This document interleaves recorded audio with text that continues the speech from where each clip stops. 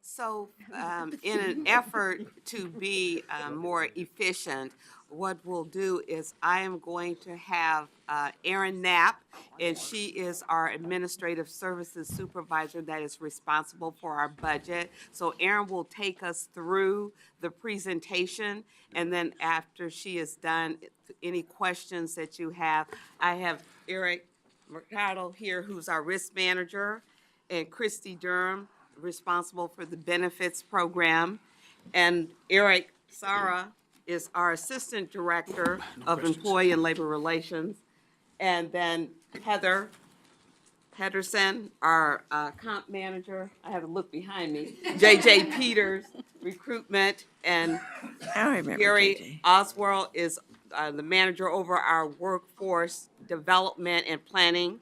And then Krista Weatherford, who is responsible and manages our workforce data management. So they'll be able to answer any questions that you have today. Okay? Great. Thank you so much. You're welcome. Appreciate that. Okay, Erin. Well, good afternoon. As Evelyn mentioned, this is for the entire Human Resources Department.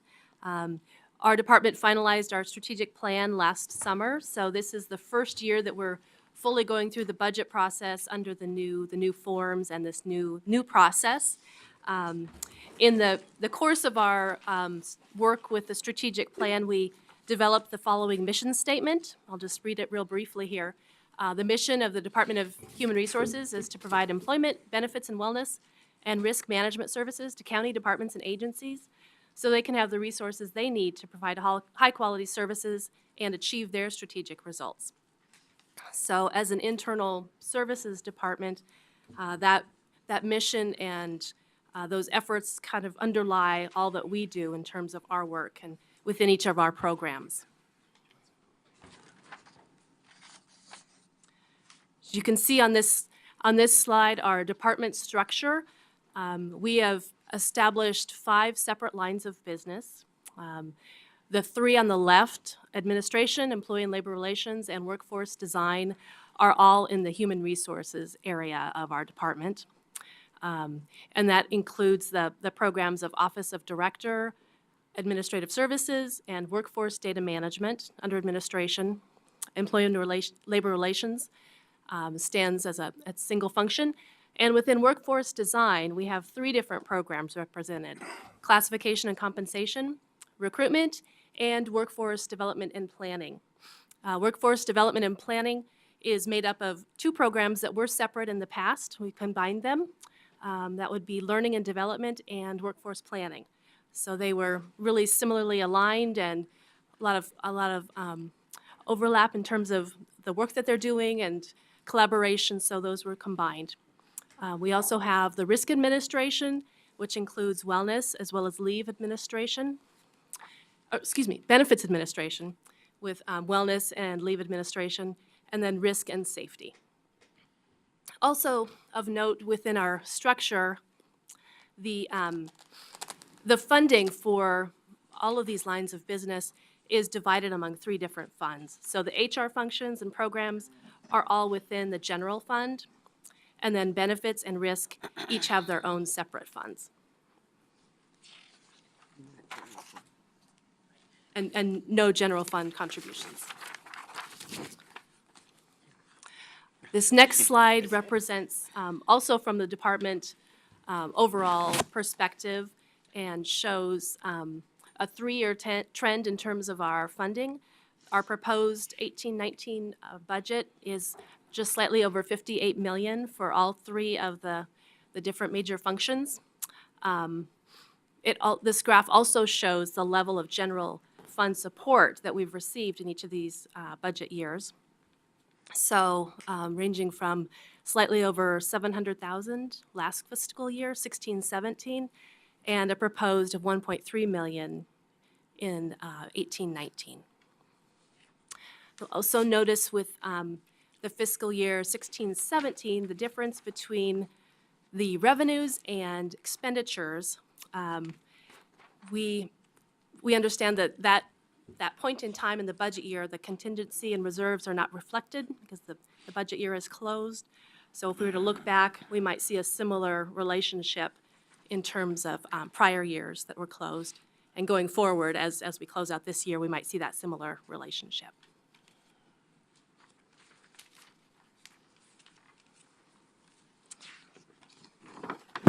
Again, from the full department perspective, in terms of our resources and where we receive our revenue, we have charges for services, so the allocations that other departments pay to us for our services, insurance premiums that are received, benefit admin fee, other fees, as well as 2% for general fund support, and that, again, is just in the HR side. We also, the beginning balance of that 27% reflects the reserves and contingency. In terms of requirements, we pay for all of our business operations, materials, and services is where the majority of the money is spent, as well as 10% or so for our personnel costs, and 1% for our cost allocations to other county departments, the money that we pay for other internal services or other departments.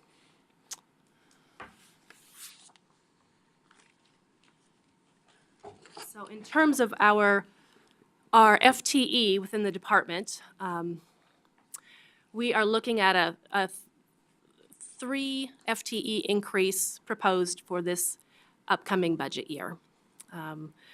One of the proposed positions is in the workforce design area. It's an HR specialist that would be dedicated to the class and comp function. There's a lot of demands that we'll tell you a little more about as we talk about emerging issues and key initiatives, but that the class and comp program is really addressing right now. So they have a high degree of demand from other internal or other county departments in terms of how we're structured, the work we do. So that's a key area for us.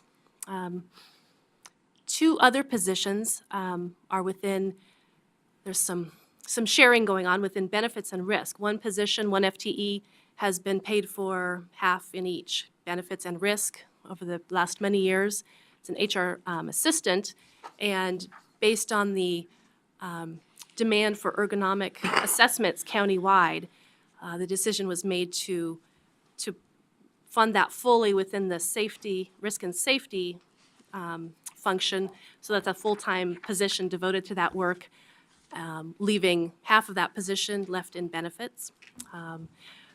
We had some temporary staff and funds from use of temporaries that we were able to kind of flesh out and achieve a 2 FTE in benefits, so that we could add an HR analyst level position in our leave administration group, which is also, really in high demand throughout the county, as well as a wellness assistant to support the wellness efforts. So those are the 3 additional FTE that you see reflected on this chart. One position that was added as a limited term last year in the Employee and Labor Relations area was converted to a full-time FTE during the course of this year based on demand for services in that area. Also, there's some other minor, small adjustments that you might see there, and those really are based on how we're budgeting across the full department. Some positions are half in HR, half in risk or benefits, so there's some nuances there, but those are the major changes.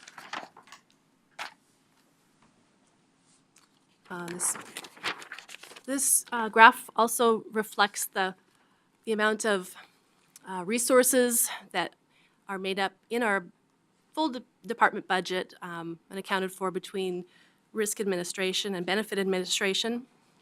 Human resources makes up about the remaining 8%, with the 3 programs in workforce design at about 4%, administration function with 3%, and then employee labor relations 1%.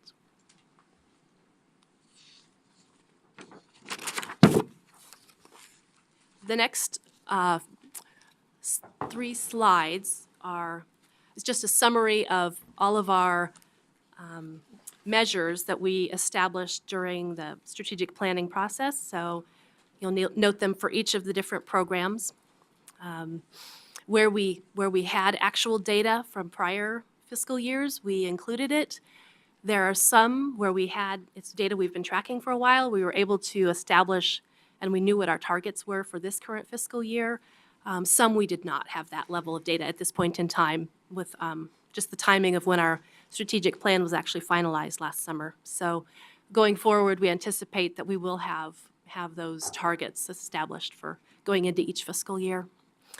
And as Evelyn mentioned, our program managers are here in the room, so if there are specific questions about those, they could address those as well.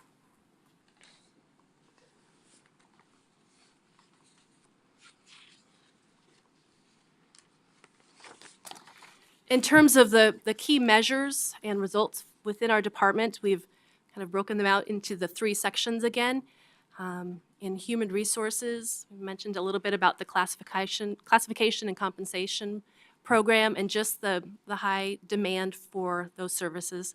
The staff is working through a 5-year plan to review and update all of the county classification specifications with the foundation of how work is evaluated and paid within the county. And as we continue to be in a really competitive labor market, it's really important for attracting and retaining employees. As well as just as other departments have finalized their strategic plans, they're also, really needing to approach how they value work and the things that they do differently, and that's increasing workload on our staff. In employee labor relations, there are 6 contracts open at this point in time that are expiring at the end of June 2018. So 3 with AFSCME and 3 with Employees Association. So that's really a big effort for that team, as well as just continuing to work with management and consult on other employee labor relations matters. Employee performance reviews has been a key topic for those, especially in our workforce development and planning group, in terms of assessing how the county approaches performance evaluations for staff and trying to understand the current state and making recommendations for going forward and how to improve that. So I know that they're continuing to look at that and moving forward with developing some recommendations for county administration. Another key initiative is the work that our workforce data management team is spearheading, along with other areas within our whole department, a business process review. So reviewing our software, our PeopleSoft software, our business practices associated with that, and how we can improve our efficiencies in how we do our work and the processes that we have right now, getting ready for evaluating next steps in terms of that system. On the benefits and wellness program, we're continuing to implement benefits administration fee model changes and address the self-insurance reserve requirements that we talked a bit about in the past budget year, and aligning our revenue to meet projected administrative costs, and preserving the contingency for claims volatility. And in the risk administration area, continuing to increase the stability of the risk fund, and as we mentioned earlier, addressing the employee ergonomic issues in a timely manner, being able to keep up with that.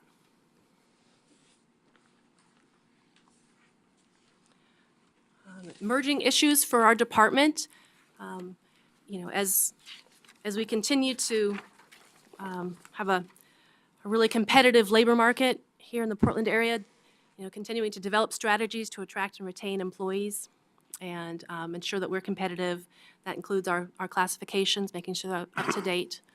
Another large effort for especially the class and comp group is complying with the state of Oregon's new pay equity law. So that's something that's really on the forefront for us and other employers. And on the benefits front, continuing to develop strategies to address the high costs of claims and benefit program delivery. And in terms of risk administration, looking at ways to improve data-driven decision-making, focus on loss prevention, and reporting. So a lot of different ideas there that we're continuing to pursue. So at this point, that concludes our formal presentation. Okay, we do have some questions from members at this point, so begin with Ms. Caldwell. Or we'll start with Laura. Laurel. Now, if you were in a Rotary meeting, that's a $20 fine. Okay. Thank Yes, you. Sean, go ahead. I'm curious about how the Clackamas County workforce reflects the greater population in terms of diversity. Do you have statistics on? Jerry J, can you respond to that? We have statistics, we don't have them with us, but J.J. Peters is our recruitment and selection manager, and she works with these numbers every day. Thank you. Excellent question, and that's the one thing that I didn't think of to bring with me, of course. So we work very closely with Emmett Wheatfall, who is our diversity inclusion deputy assistant county administrator. Thank you. And we look at the labor market, which is considered the Portland metropolitan area, and we do have some equal employment opportunity goals that we have established for certain job categories. I do know that we just had a chance to look at some numbers not too long ago, and we have definitely made progress in the professional job category. While we still have a goal, we have been successful in closing that gap. We look at trying to be within 2 standard deviations away from parity within our EEO categories to determine if we need a goal or not. So we're definitely making progress. We definitely have work to do. One of the areas that we continue to struggle but are definitely making progress is law enforcement. The protective services category is a challenge, both for females and minorities, but we definitely are making progress. And also, I don't know whether it's your shop or elsewhere in the county that you deal with cultural competency for both staff and contracted service providers. Is that something that you do?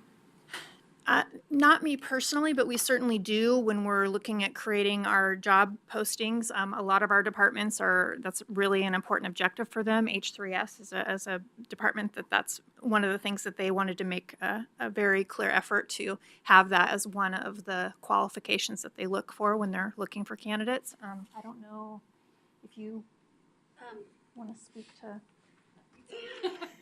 So we're just going to move you all away here at some point. I don't have a lot of information on it. That is something we work with Emmett Wheatfall on. It is a part of our practice in the courses that we're offering. We are doing work more right now on a respectful workplace and some of the compliance components of that.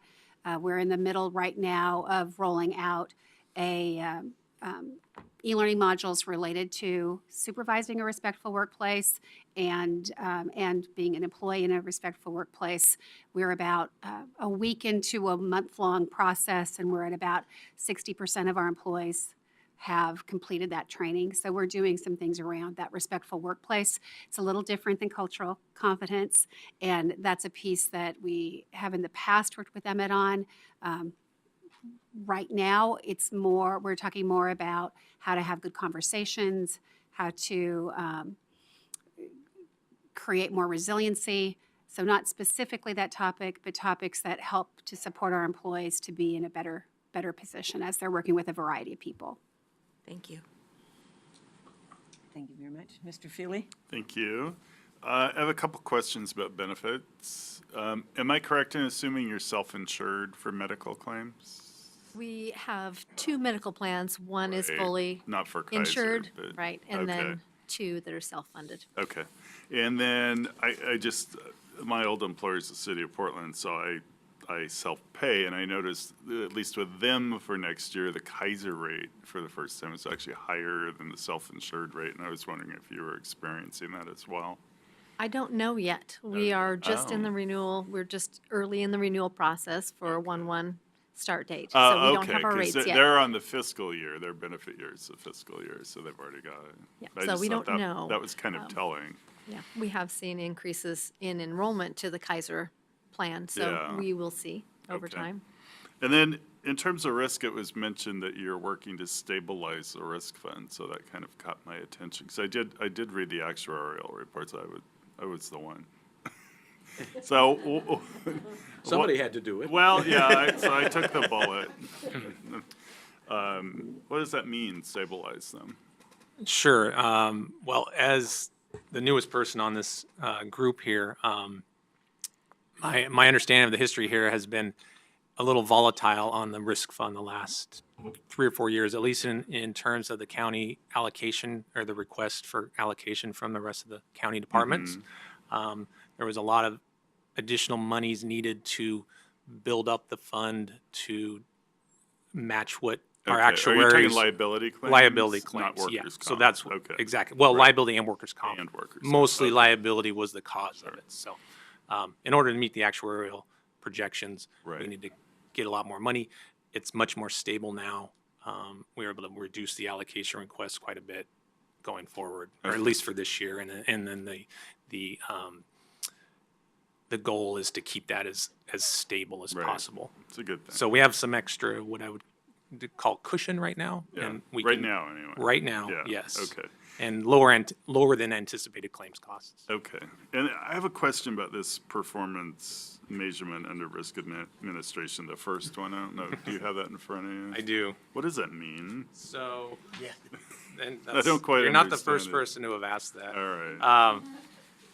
The best way to explain that, I think, is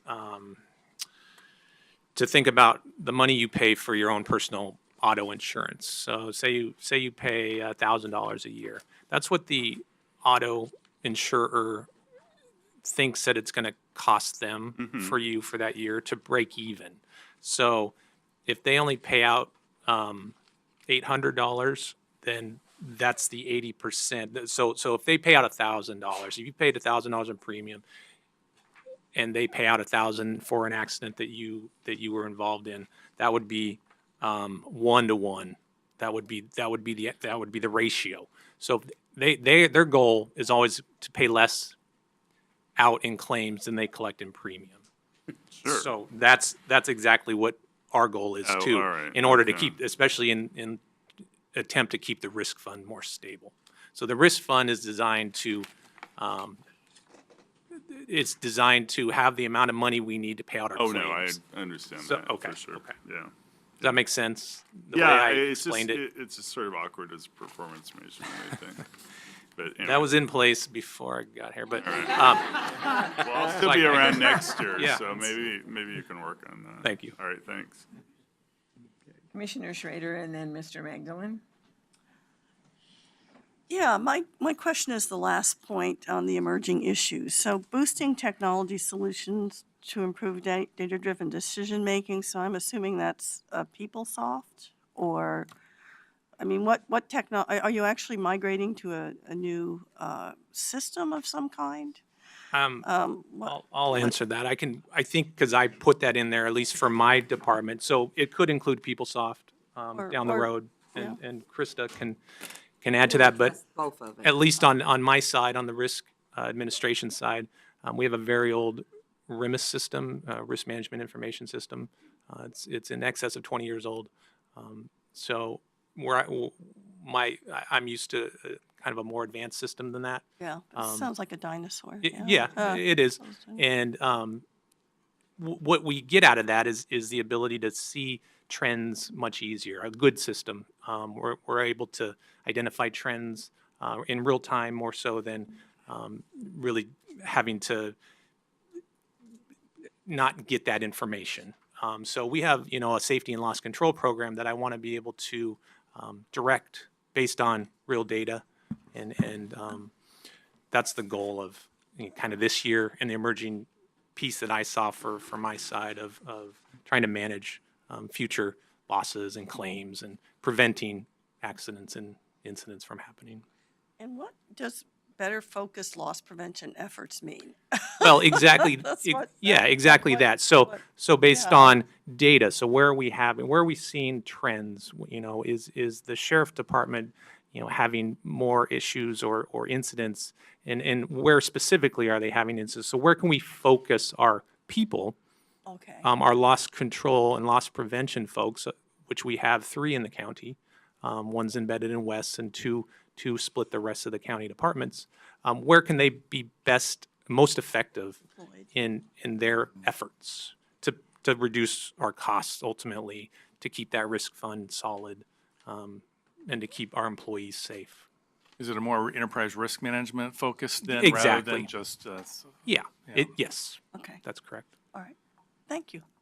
Mr. Magdalene? We also have the HR side of the technology that we're looking at as Yeah. well, because we have a need, as if you look at the emerging trends, one of the areas that we clearly are lacking and needing to have more data maintained is around our employee and labor relations issues, our complaint area, internal complaints, and then most recently, the equal pay law requires us to do regular analysis of our compensation system and workforce. And so Krista can talk more about the efforts that we're doing in preparation or looking at our existing business practices and to see where we have gaps with the existing system. I'm sure you heard from the finance group, since they're earlier than us in the alphabet. They also are working through a large business process improvement project. This is actually a project that both finance and HR are working together. We decided for the business process analysis piece to actually separate because our fields and professions are very different, and the skill set that we needed from consultants to come in needed to be very focused on for finance and HR. So we have been working since January with a consultant who has much expertise in HR to do the data gathering on what are we doing today? What is our current state for business process, as well as what is the current state of our technology and how we're using that technology. We've been working through that data gathering stage. It's the biggest part of the project for about 3 months. We have gotten half of our unmet needs and recommendations report from the consultant. We're looking for the other half. And what we're planning is that the GOFA is also doing that for the finance side at the same time. And when we get to the point of the recommendations phase, and what we're really seeing from both consultants is that review of root cause. How did we get here? What are the barriers that we're facing that got us here and that we need to overcome to move forward?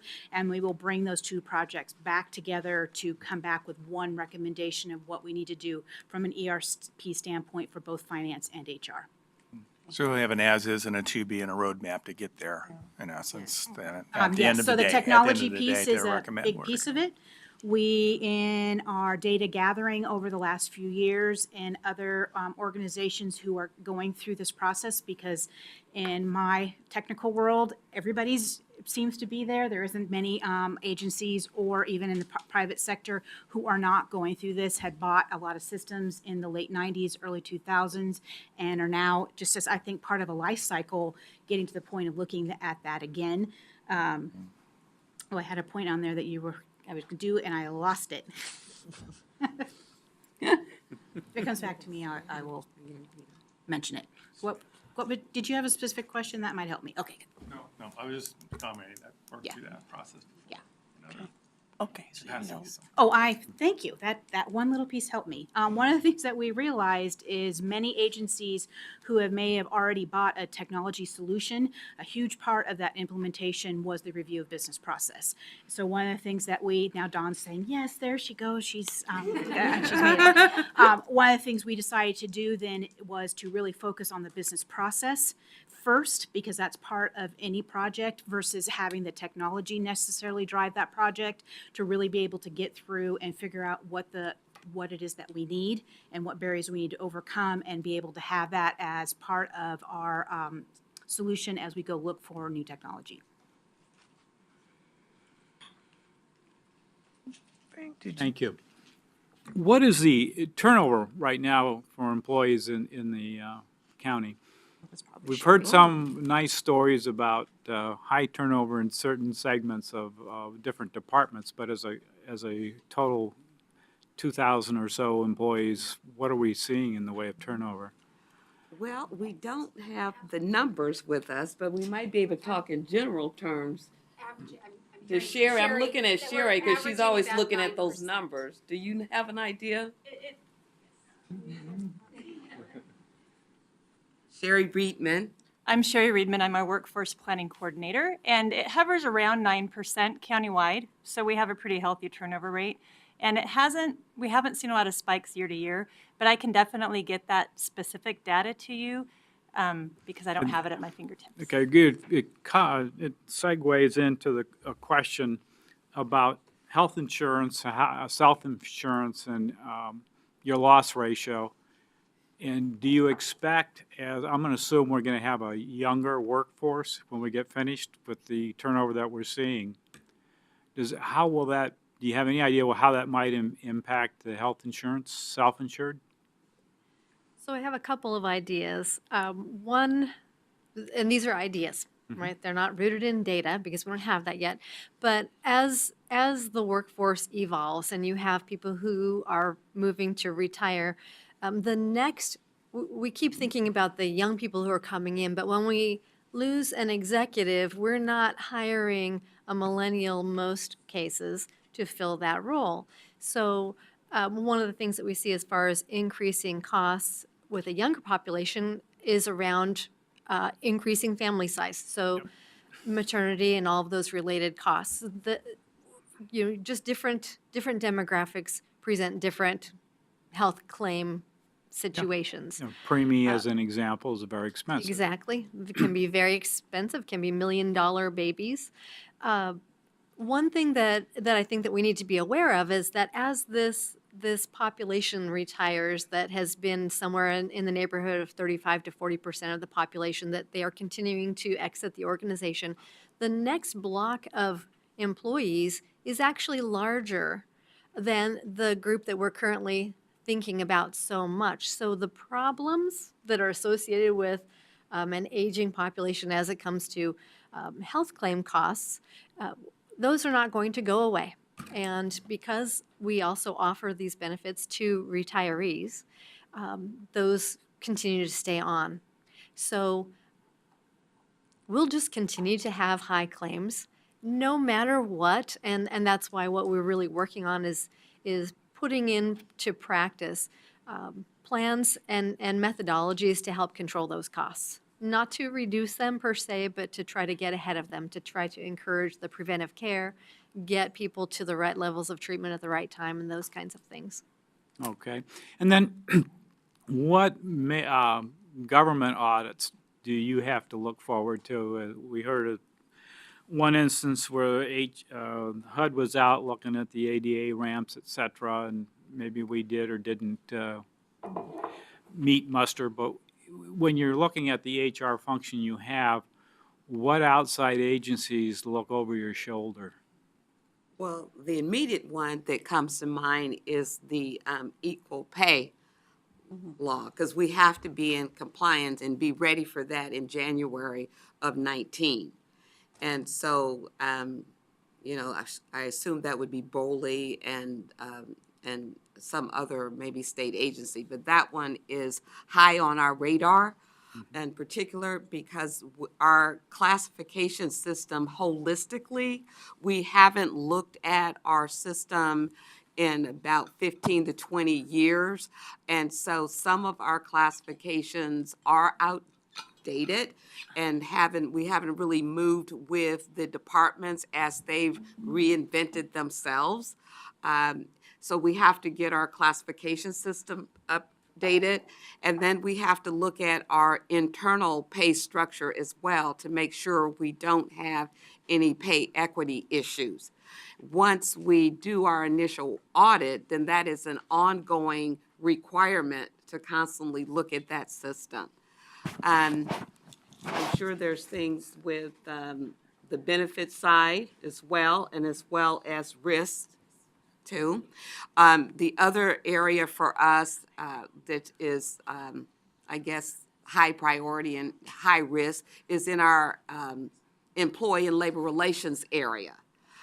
Again, this is an area that, like class comp, is heavily taxed with demands from departments to address employee labor issues as it relates to performance issues, as it relates to employee disputes associated with the contracts, as it relates to internal complaints around discrimination and retaliation. So, and again, those we're held accountable to those employment laws that relate to those areas as well. Okay, thank you. You're welcome. Mr. Feely? Thank you, Madam Chair. Just one final question, and it's on the ERP business process planning. I want to know if you are involving your end users in the various departments in your efforts to prepare for the ERP. For HR, we decided not to go that route. We are more centralized in our HR services. We do not have HR coordinators sitting out in the departments. We are centralized, so we decided for this first look that we really need to look at our internal business processes first. Will they be involved at some later date? I see them being involved as we start to come up with recommendations. We know of some of what they want already as far as the technology efficiencies that they're looking for. And as we're getting ready to look at new technology, I see them bringing them in at that point when we start looking at more manager and department self-service. Okay, I guess I'm going to turn my question to a comment then. I would really encourage that participation from the end users. I think that's really critical. I spent the last year of my career on ERP development, the various customer bureaus with the city, but your departments, it's awfully critical to make the whole thing work in the end. if they're not- I agree. I've been through it too. Absolutely. Yeah, that's why I've all been through it. Mr. Magdalene? A couple follow-ups. What was the average age maybe of the new hires? Is there you said you're not the millennials, so what are you looking for exactly? And I should not have that information, so I do not have that. okay. Do you know, Kristen? I don't know off the top of my head. I mean, there's been periods of time where that information has been hot and people have wanted it. Nobody has Yep. asked for that in a while, so we don't have any new data. All right, and then maybe you're not supposed to give it out, but no. From a standpoint of planning for self-insurance, et cetera, somebody needs that information or should have it. How long is it taking to fill positions? And how many responses do you get for particular job openings, and which are the hardest to fill right now? Well, JJ's got that. So I'm not sure which page it was on your slides, but when we have our performance measures, there's some goals, and let's see, sorry, my eyes are very bad.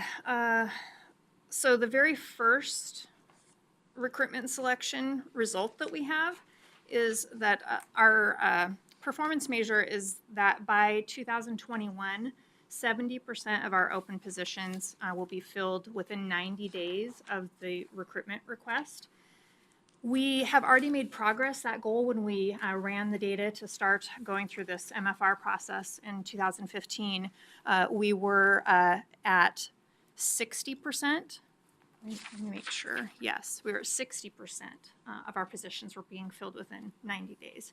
So we have already made progress, and we're currently at about 65%. So, and we've done that through several methods. When Evelyn came on board, she did a lot of interviews with our customers and talked about, what's working well, what's not working well. And we made a pretty significant strategic change to assign recruiters to specific departments. And we don't have a 1-to-1 ratio because we only have 5 recruiters, but each of the recruiters is assigned to specific departments, and that's allowed them to learn a lot more, not only about the specific positions they're recruiting for, but about the business needs, the cultures of each of the individual departments. and to really be able to be a lot more strategic with their processes. They each hold at least an annual planning meeting with each of the department directors or their designees to be more proactive with the planning process. We, for many years, were in a reactionary mode, and to some degrees we still are, but we're being a lot more proactive with how we're planning and thinking about those needs. Also with Sherry's position being put into place, that's helping us on that end to be a lot more proactive with knowing about what's going to be coming as far as potential retirements, that type of thing. Thank you. I see no other questions from members of the Budget Committee, so I thank you very much for your time.